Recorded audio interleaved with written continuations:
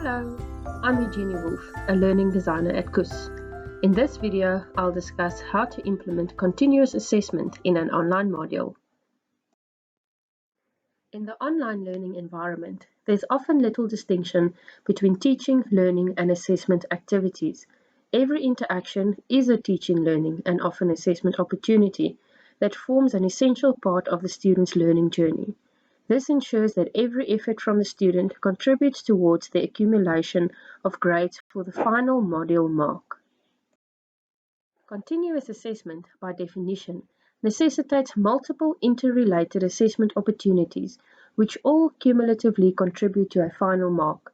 In comparison, traditional assessment has fewer standalone assessment opportunities, which determine entry into a final assessment, often referred to as the final exam.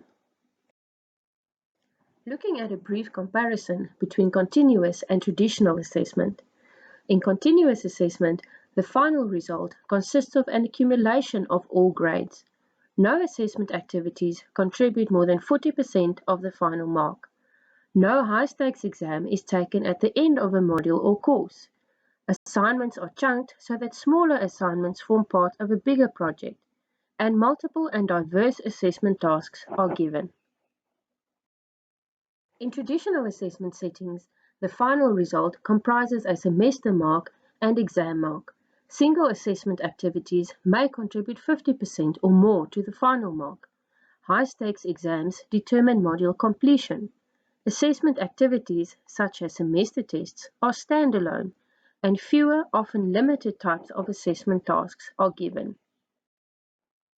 Continuous assessment not only assesses the level of student achievement, but also contributes to the learning experience. To that end, continuous assessment is characterized by its emphasis on being process-oriented. This means the focus is on assessment for learning, much more than assessment of learning. Multiple, low-weighted assessment opportunities are used in continuous assessment. This may include discussion forums, video presentations, quizzes with drag and drop items, fill in the blanks, hotspots, and MCQs. In addition, assignments in the form of mind maps, PowerPoints, research projects, or wall activities may also be conducted in parts over the 7-week learning journey, ensuring that each part scaffolds towards the final submission, thus closing the learning loop. With the majority of assessment opportunities, students should get feed-forward commentary, meaning that instead of focusing on what has been done in the past, information should be shared about what can be done in future. The assessment should be intertwined, that each component contributes to the greater whole, meaning that feed-forward suggestions could be used for improvement and ongoing adjustments for future assignments. That is not to say that only formative assessment takes place. Continuous assessment makes use of both formative and summative assessment opportunities. The emphasis falls on having more formative assessments, so that students are provided with frequent feedback while having 1 or 2 summative assessment opportunities to measure multiple learning outcomes in one assessment, thus tying module components together and ensuring that moderation of the module can take place using the summative assessment tasks. You may have seen this image used before to explain the difference between formative and summative assessment. Formative assessment is similar to when the chef tastes the soup. She or he can still make changes and add things. Staff in the kitchen can also give feedback which helps the chef improve the soup and his or her culinary skills. When the guests, however, taste the soup, it's equivalent to a summative assessment. Now every skill the chef learned gets assessed holistically. It's all about tying things together. It's good to know the names of different fruit products. It's good to be able to read a recipe. It's also good to know how an oven works. But knowing these things in isolation does not a good chef make. Only once the chef can bring all the knowledge and skills together to create a masterful dish do we really know whether she or he has the makings of a chef. The summative assessment need not contribute an extravagant number of marks, nor need it be extremely stressful or require days of rote learning. All learning is equally important, therefore whether formative or summative, the student should be excited about the prospect of showing what they have learned, Assessments should be diverse and authentic. Ideally, summative assessment should be cumulative, meaning a number of parts have been previously submitted for feedback before the final collective assessment is submitted. To recap, formative assessment relates to assessing in the moment, whereas summative is after the event. Formative may measure only 1, 2, or 3 learning outcomes, while summative assessments measure all the learning outcomes learned till the date of the assessment. Formative assessments scaffold student development by identifying gaps and improving learning, while summative measures overall performance for a unit or module. Finally, formative assessments assess smaller parts, while summative assessments assess the whole. An assessment instrument does not determine whether an assessment is formative or summative. It's the nature of the assessment which does.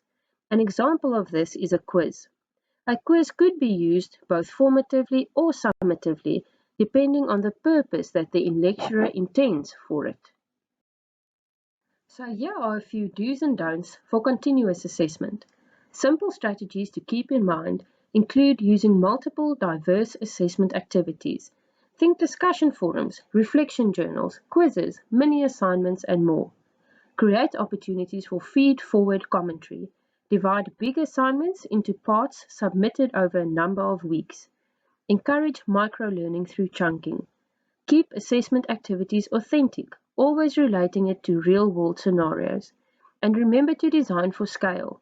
Ask yourself whether you would be able to evaluate 150 assignments in the given format within a particular time frame.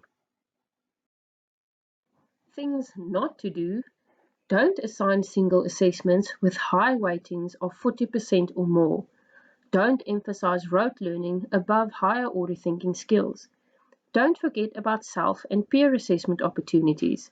Don't leave larger assessments till the final week. You need to grade them within 3 to 5 days.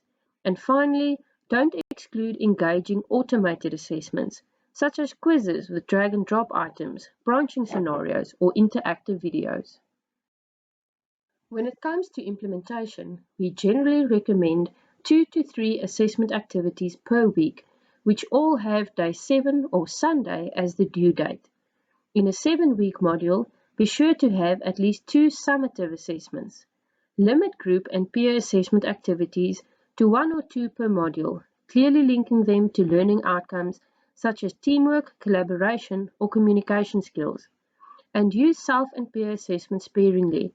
The use of these assessment types should be linked to the learning outcomes of the module and should add value to the development of a student as reflective thinker, critical thinker, and provider of constructive feedback. If you have any queries about the content discussed in this video, don't hesitate to reach out to your dedicated KUS learning designer.